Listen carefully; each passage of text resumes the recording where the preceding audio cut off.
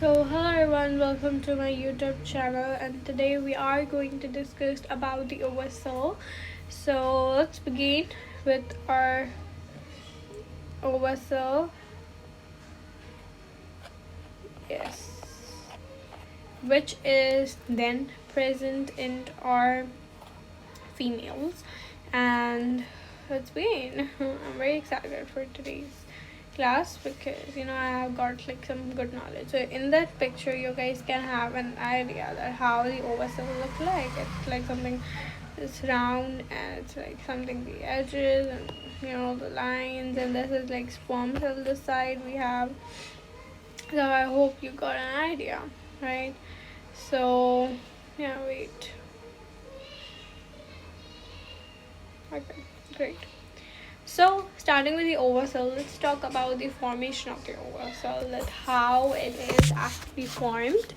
Then we will discuss about its function, what it does, and everything. So, in my last video, we discussed about the sperm cell, and we actually learned a lot. And I told you a process through sperms are generated, like that was sperm metagenesis and sperm metagenesis, and so that the sperms are generated into the testis, which is the male organ. So in that, during that process, like millions or like thousands of sperms are generated, and they're sent to the female's body. But if I talk about the ovacell, it is only generated once. Okay, once in a month. So they are generated actually in the ovaries. They are generated into the ovaries, right? Ovary is like the organ where ovary, okay, where ovacell is generated. And we have like two sides of the ovary. We have right and we have left, okay, right or left of the egg. So in 1 month the right one produces an egg, and the second month this left one produces an egg. So yeah, it's only done once, okay. Moreover, the process of formation of ovacell is known as ovogenesis. Ovogenesis. If my spelling is wrong, you guys can have like a reality check by the Google, but like make sure that you check. Probably there will be O something like that. Okay. So it's done by the process of ovogenesis, and through that we get our ova cell. Okay. So let's focus on our ova cell now. So if I begin with, okay, let's have a like this. Okay, we have this.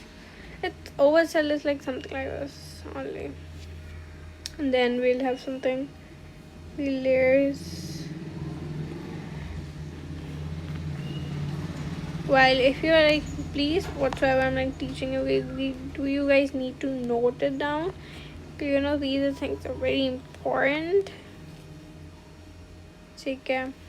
Oh my god, do some blunder in the end.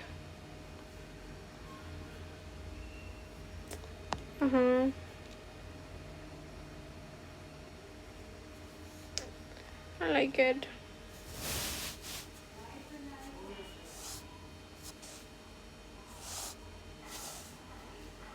Okay. So we are done with this layer.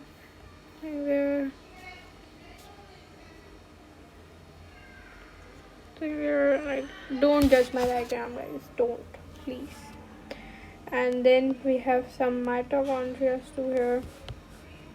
Like some mitochondria, a lot of mitochondria. Then we have also Golgi apparatus. We get something like that. No, it's not like that.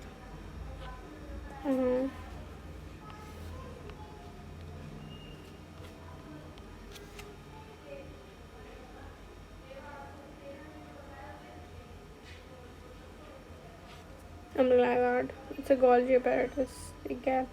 Then we have a nucleus. Okay.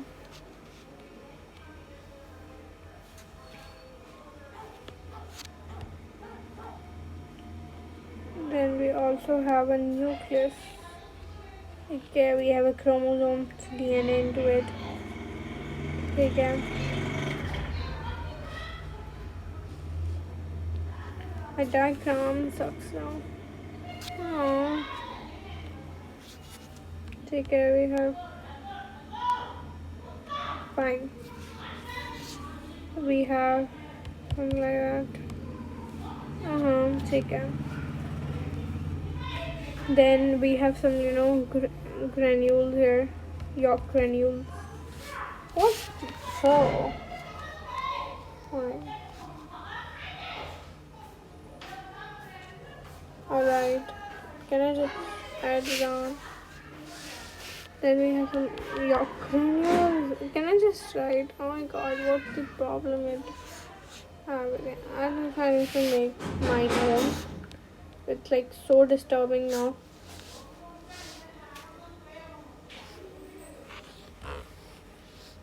Take care. This is our cell membrane. Something like this. Take care. And it will have, some granules. These will be the cortical granules, and we will also have some yolk granules, which is then going to be something else, like something here. Yolk granules. So, and we'll have other organs too, but I think these are like the main one that we actually need to focus on. So let's start. I hope you guys are done with your diagram. So yeah, let's begin. So starting with the outermost layer, we have actually 3 layers into the ovary cell. So number 1, we have the cortina radiata. Okay, cortina radiata, which provides the inner layer. Okay, we have cortina. Oh my god, I'm lagging now. We have cortina radiata, which actually provides the inner layer. ठीक है, जो inner layer provide करता है, which protects the inner layer of the ovary cells. ठीक है, ovum क्या होता है, singular होता है, इस side को provide protect करता है, और ये बाहर की तरफ होती है. ठीक है, here something like here. Then we have, and it is also responsible for spermily. ठीक है, it is also responsible for sperm. I don't remember the name actually. It is sperm. Okay, spermology, something like that. It's responsible for that. Polyspermy. Yes, it is responsible for polyspermy. Polyspermy is something when a sperm has entered. It has given its the enzyme and it has entered into the ovary cell. उसके बाद और कोई sperm ऐसा नहीं होगा जो enter कर पाएगा. तो एंटर क्यों नहीं कर पाएगा? बिकॉज हमारे पास एक होती है पॉलीस्पर्मी. पॉलीस्पर्मी का मतलब ये होता है, it is a condition where एक से ज़्यादा स्पर्म ओवरी के अंदर एंटर कर जाते हैं. अब वो क्यों नहीं कर पाते? बिकॉज हमारे पास ये कॉर्टिना रेडिएटर लेयर होती है जो प्रोटेक्ट करती है ओवरी सेल को कि ज़्यादा से ज़्यादा स्पर्म्स ना जाए, एक स्पर्म ही जाए. और साथ साथ क्या होता है,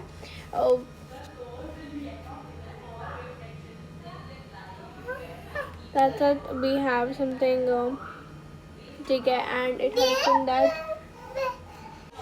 So yeah, so we talked about the cortina radiata. It actually helps in preventing the polyspermy spermy, and it helps into the upper layer, or you can say the inner layer of the ovacell. Then this is that, and then we have zona pellucida that we actually discussed in our previous video. So the zona pellucida is actually a layer before the outermost layer. It is known as outermost layer, which helps to protect the ova cell from other sperms to enter also, and moreover it works as a barrier. It is known as the outermost layer after the cell membrane, and it works as a barrier. So this is like the main point that you guys need to remember.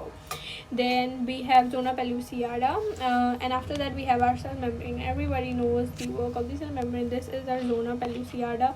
This is our cell membrane. After that we have our cortical Then we have our cortical granules. So the cortical granules actually are responsible to release an enzyme which is known as protease and like made of like protein. So this is responsible for the protease enzyme. Why it have to release? Because when a sperm enters the ova cell, it actually breaks, it diffuses the our zona pellucida. So like there's a broken. So there is a breakage of the zona pellucida. So what this enzyme does, it rebuilds the zona pellucida and it makes it harder. So other sperms cannot enter, and we can so there can be not a process, or we will not have a condition of polyspermy.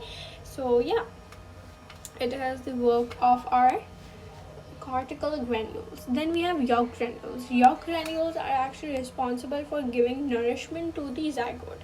What is zygote? I told you guys, and when the fertilization take place, we get a new cell known as zygote. And when zygote, the zygote is a baby, right? It is the first step of a baby.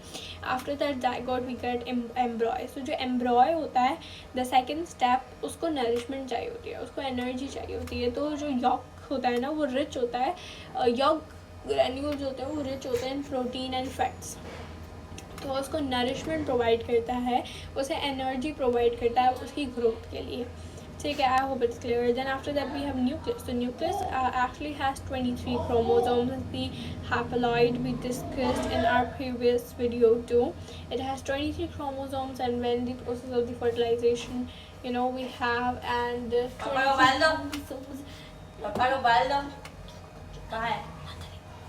we get 23 chromosomes from the father side and 23 chromosomes from the mother side. The genetic material, and we get the chromosomes. So yeah. Then we have the mitochondria. So mitochondria provides us energy for the cellular activities. Whatsoever the activities take place, we get to know by the mitochondria. Yeah, so it was all about the ova cell. So we talked about its formation, we talked about the the most important things. So after that, let's discuss about the function of the ova cell. Let's discuss about the function of the ova cell. So if I talk about the function, its first function is to when the sperm comes and just they get diffused together and they get fused together, and we get the 23, 46 chromosomes, and the process of fertilization. After that, it gives us the information from the mother side. It brings the genetic information from the mother side. So yeah, that was all about the ova cell. I hope you understood the ova cell. And here let's have a look to the diagram. Like we have corona radiata, then we have fossil cells in that cecade and microvillum. Cytoplasm, we also have nucleus, zona pellucida, and then mitochondria, plasma membrane, and first polar body, that are zygote. Okay, so I hope you understood this thing, and if you guys have any questions, my comment sections are always open for you guys. You guys can go ahead and ask me any questions. So, and if there's a little bit disturbance in my surrounding, I'm extremely sorry for